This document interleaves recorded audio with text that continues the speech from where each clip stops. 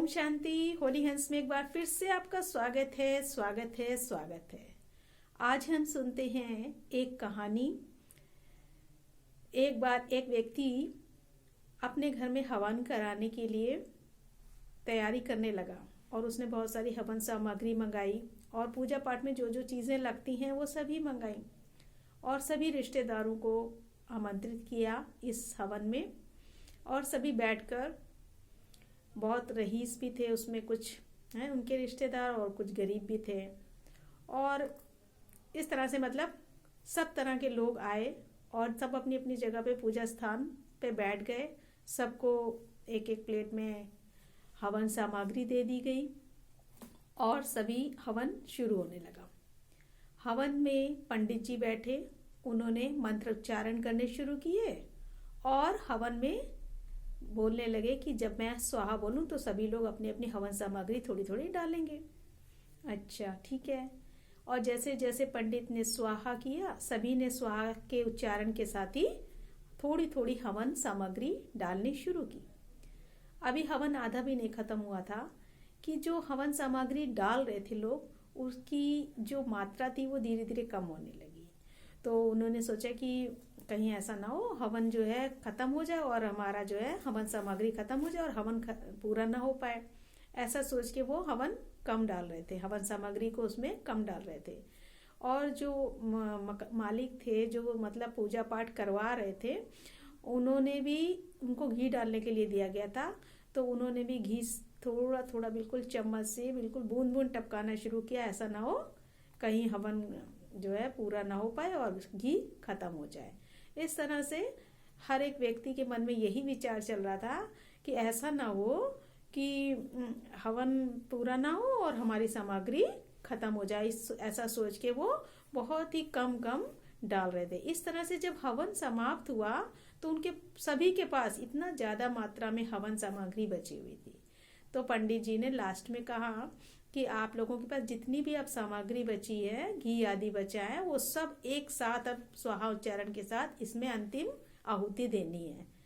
तो सभी खड़े हो गए और सबने उसमें आहुति देने के लिए अपनी अपनी हवन सामग्री उस हवन कुंड में सौंप दी। इस तरह से उसमें बहुत धुआं होने लगा और इतना ज्यादा धुआं हुआ कि वहां पे बैठना भी, क्योंकि वो हवन सामग्री इतनी ज्यादा हो गई और घी भी उसमें पड़ गया, तो उसको प्रचुर मात्रा में धुआं करने के लिए सामग्री मिल गई। और वो पूरे जो हॉल था बड़ा सा, उसमें बैठे थे सभी, वहां पे इतना ज्यादा धुआं हो गया कि किसी का भी बैठना वहां मुश्किल हो गया। धीरे धीरे एक एक करके वहां से सब उठकर बाहर निकल के चले गए। तो कहने का मतलब है हमारे जीवन में भी ऐसा ही है। हमारे पास बहुत सारा चीजें रहती है, धन दौलत सब कुछ रहता है, लेकिन हम सोचते हैं कि अरे ऐसा ना हो हमारा जीवन खत्म हो जाए और हम इस पूंजी को बचा के रखें और कम कम खर्च करें, और हम ठीक से ना जी पाते हैं और ना चल पाते हैं और ना ही कोई अच्छा कर्म कर पाते हैं। तो हम ऐसा सोच सोच के, जो ये जीवन है हमारा एक पूजा है और ये सब चीजें जो है जो हम इस्तेमाल करते हैं वो सामग्री है। तो हमें चाहिए अपने जीवन को सही ढंग से चलाएं और ऐसा सोचें बिल्कुल भी नहीं कि ऐसा ना हो कि हमारा जीवन खत्म हो जाए और ये मतलब हमारी ये सामग्री खत्म हो जाए, धन दौलत खत्म हो जाए, पैसा हमारे पास खत्म हो जाए और हम पास कुछ ना बचे। ऐसा कभी नहीं होगा। हमें अपने जीवन को जो है एकदम बैलेंस करके चलना होता है कि जो चीज़ों की ज़रूरत है उसको हम करते हुए चले, और साथ में ऐसा भी ना हो कि हम खूब उड़ाएं ताकि हमारा धन बिल्कुल एकदम से खत्म हो जाए।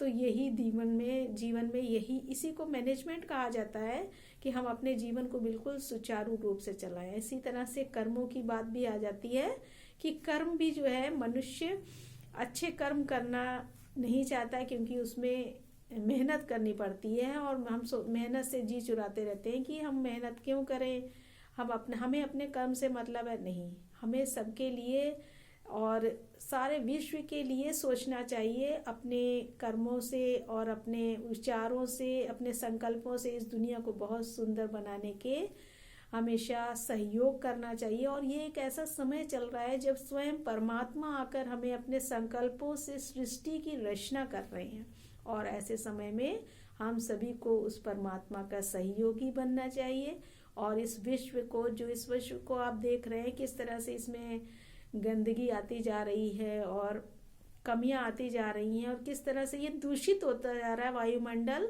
उस वायुमंडल को परिवर्तित कर एक स्वर्ग की दुनिया को स्थापन करने में परमात्मा के सहयोगी बने।